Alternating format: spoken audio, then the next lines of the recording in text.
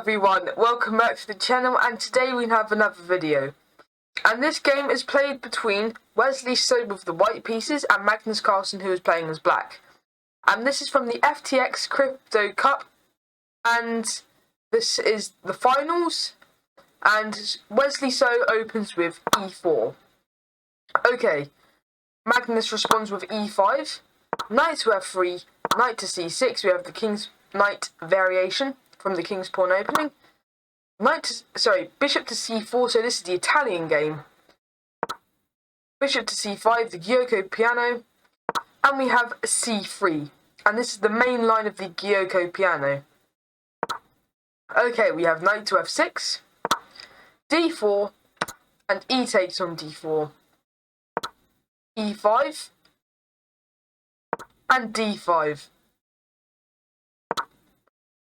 Bishop to b5, and we have knight to e4. C takes on d4, bishop back to b6, knight to c3, and we have castles from Magnus. We have bishop to e3, bishop to g4, and h3, pushing back the bishop.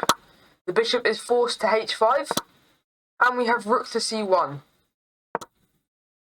Now we have bishop to a5, and we have castles.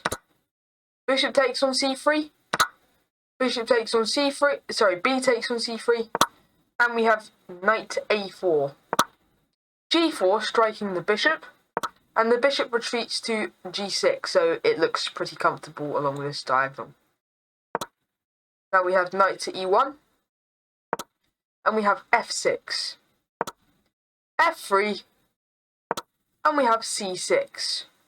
So in this position, you could have played a better move. So f3 was a strong move which kicks away the knight, but there are other recommended moves such as knight to g3. But going back, in this position, when the bishop is moved back and the pawn is moved to f6, that's not the best move as well. So in this position, when the knight moves back to e1, you could play something like queen to e7, or you could play queen to c6 straight away instead of playing this f6 move, which is really unnecessary. So going back to the position, c6 allows to have an advantage here. So he plays bishop to d3, and we have knight to g5. Bishop takes on g6, and we have h takes on g6. Bishop takes on g5, f takes on g5, and now Wesley has created a position where you can see Magnus has tripled up on his g-file pawns here, and the structure looks pretty bad. So in a minute you're going to get the queen to c2, d2, and these pawns are going to be taken away slowly. So this position is very bad from Carlsen, so all of these pawns have been doubled up, and so continues with queen to d3. Knight to c4, bringing the knight into the attack, so quickly activating his pieces without wasting time on those g-file pawns. And we have queen takes on g6, queen to e7, and we have rook to f2, c5, and we have knight to g2, rook a to c8, and rook c to f1. C takes d4, c takes d4, and we have rook to c6. So what this does is this attacks the queen is forced to another square. So there's only two good options in this position, and the winning move to actually play is moving the queen to d3, which Wesley played. Or you could play queen to b1, which is the other alternative. But keeping pressure along this diagonal still by playing queen to b1, which is effective. But you could also attack down this b file.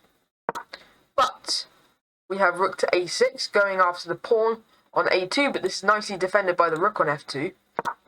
And we have f4. Rook to a3, attacking the queen. And we have queen to g6. Rook takes on h3. And we push forwards with f5. So king to h8. f6, and in this position the best move to play, there's not really any good moves here, but the best move to save yourself from a checkmate is g takes on f6. So Magnus continued with e takes on f4.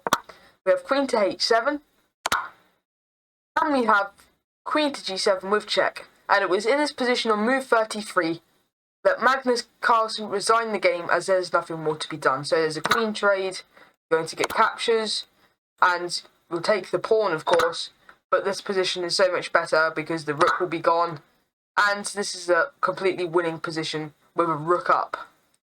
So hopefully you've enjoyed this video on the FTX Crypto Cup. Please remember to like and subscribe to the channel. Thanks for watching, and I will see you soon.